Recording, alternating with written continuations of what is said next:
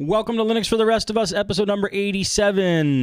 This show where we talk about Linux, that operating system that you should be using if you're not, because there's so many reasons why you should. And here to tell you those reasons and give you other cool Linux tidbits, information, news, applications, and such is the man, the Linux maven, door-to-door geek, Steve McLaughlin from doortodoorgeek.com. What's up, Door? Hey, man.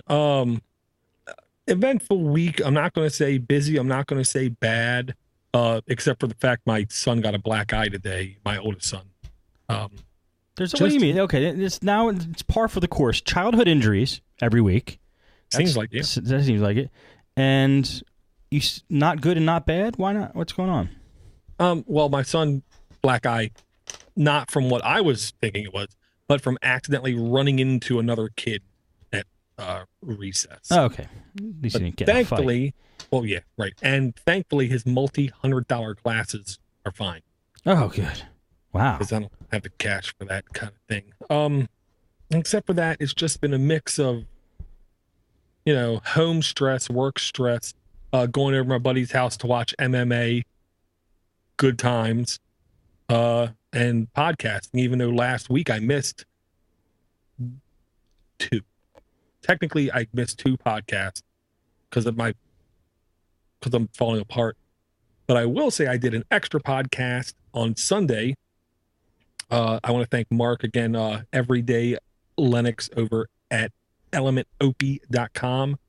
Really nice guys, and to be honest, really nice shows, including and not limited to the Art of Podcast. Nice. Yeah, you got to like Mark. He really has his act together. I always give him props because he's doing a great job. Yeah, but I heard from the last episode of Art of Podcasting, the last one published, that I might not be the best company for him. I was a little nervous because he basically said to the effect that he doesn't like people who make up words. Oh, yeah, I remember that. I was a little nervous. He asked me like the very next week to be on the show. I'm thinking, is he going to call me out? Is this it? Because you're going to make up some words. I tried not to, but it's inevitable. Yeah. Well, so what happened? Did you make it through? Just went on, had a good time, had fun. Me, Mark, and I can't remember which other guy it was. It wasn't Chris. I know that. He's going to kill me. The guy who just moved. Now, also, tomorrow night, I'm doing an extra podcast. I'm going to do an episode of the Nightcast with Nightwise. And I believe his website is Nightwise, KNIGHTWISE.com. And what is it about? I don't know. No. I'm just kidding. He does a lot of podcasting, basically about anything he finds interesting, anything he finds challenging, or anything that's new. So when the iPhone came out, he bought one and was talking about that. The iPad was new. He went and got one. He was talking about that. Android's new. He bought one. He was talking about that. And you just knew tech gadgets? Basically tech gadgets, and even talking about how to build a Hackintosh, concepts on technology that aren't even in existence yet. But here's an idea. How about if we do this? What if this was possible, kind of thing? So he really is all over the board. The best way I can put it is it's a cast about what's going on in his head. Well, I can't believe I haven't listened to that yet. I got to check it out. And he's the Belgian podcaster. I found out there was another Belgian who I've listened to on podcasts before, but Nightwise is the Belgian podcast. Okay. I'm glad you made that distinction. Yes.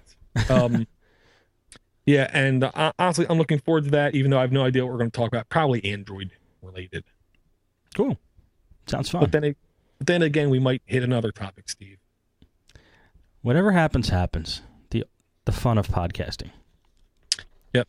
What are you holding up? We might end up talking about this device that I'm holding up in front of the screen now, Steve. Oh, man. Is that a Raspy? That's what I call it these days, for sure. Yes, it's a Raspberry Pi. Awesome, dude. which that's my excuse for looking rough, but it's not true. This is just from laziness. I literally just got this in the mail the other day. And I cannot thank Matthew. I don't know if it's cool to say his last name, so I just want to thank Matthew. You are the man in Arizona. Basically wouldn't let me pay any shipping and just sent it to me. It was his. Wow, that's really cool. That's really nice of Matthew as well. Yeah, very nice. And I will say with that, if you need photography and you're in the Arizona area, you need to call up az1photo.com. That is the number one, az1photo.com. There's no doubt in my mind, extremely good customer service and a good product. Yeah, even if you're not in Arizona, see if he could do something for you over the net. Yeah. Well, something tells me he kind of knows something about photography. So, what are you going to do with the Raspberry Pi? Well, okay. If you want me to go through this, I'll go through this. Okay.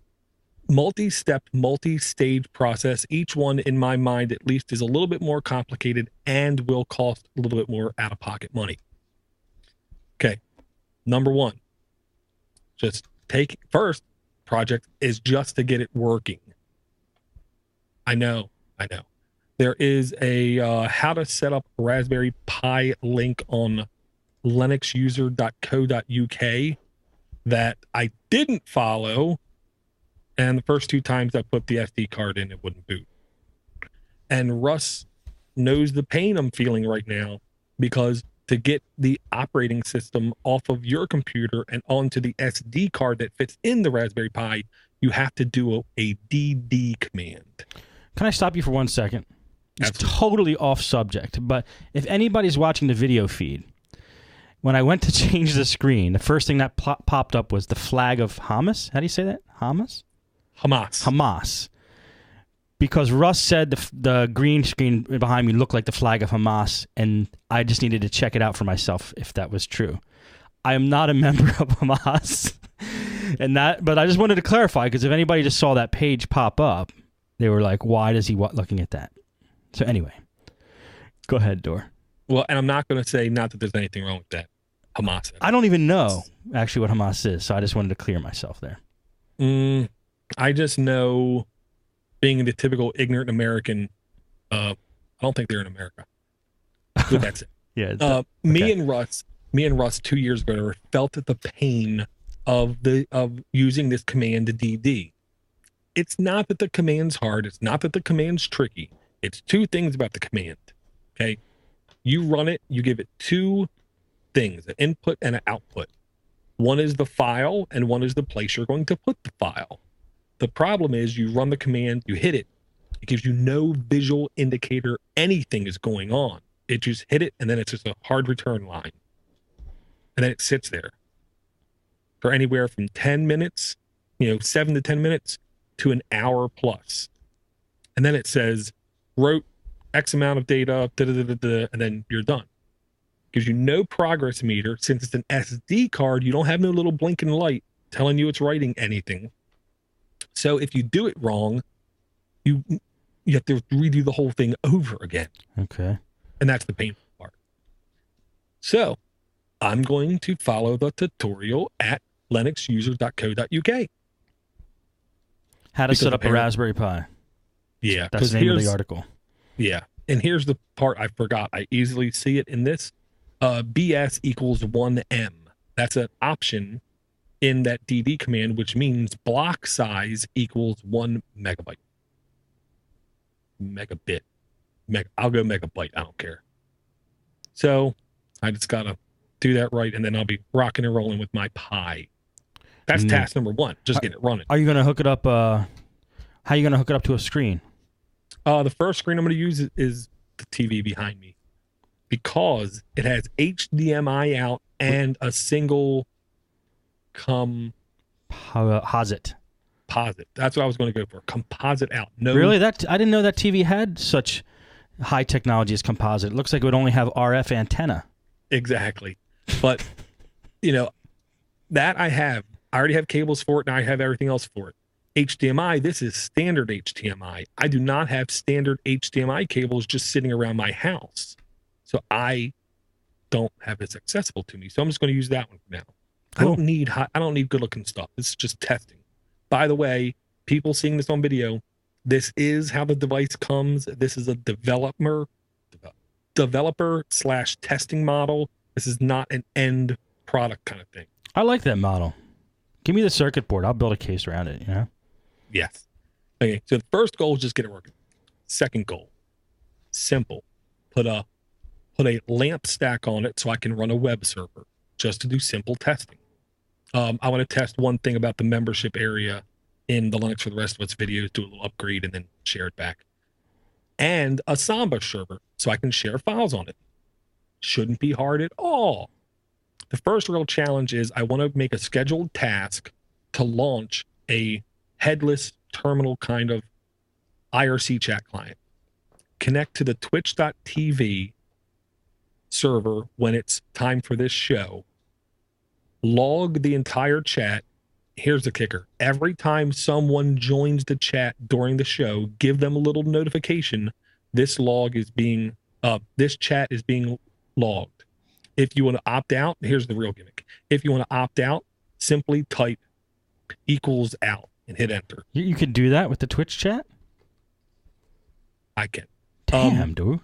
And then when the show's over, disconnect from the chat, find everywhere where it says =out, go before it, get the user's name, delete from the beginning of row to the end of row You where serious? that user's there, and just get rid of everything they said. That's too manual. No, this is going to be automatic. Oh. They have to type =out one time. And then after the show, I run that so it automatically gets rid of everybody who opts out of it and then email it to myself. The goal is to do that for every show I do.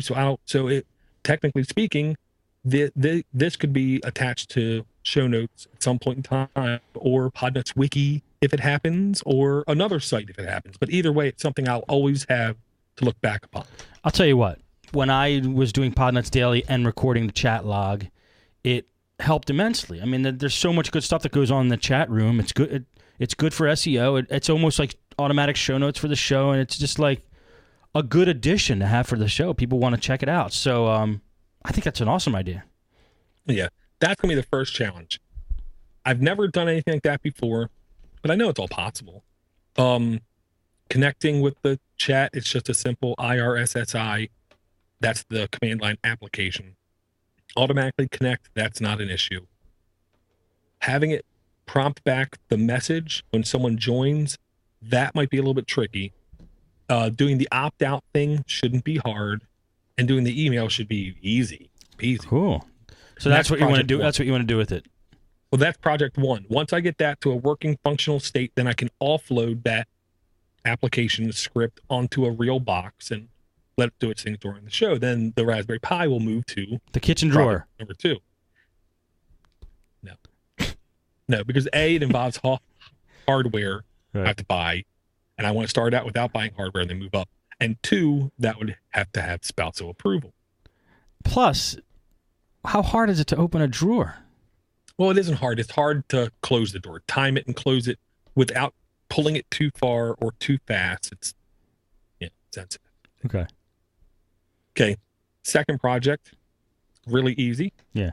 Get a monitor, a keyboard, and a mouse.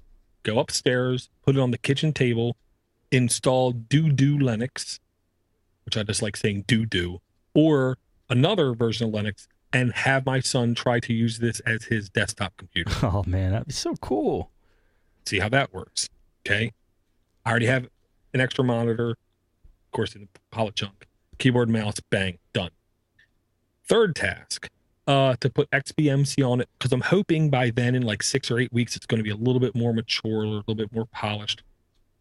Hook it up down here, try to use it as a home theater PC. Right.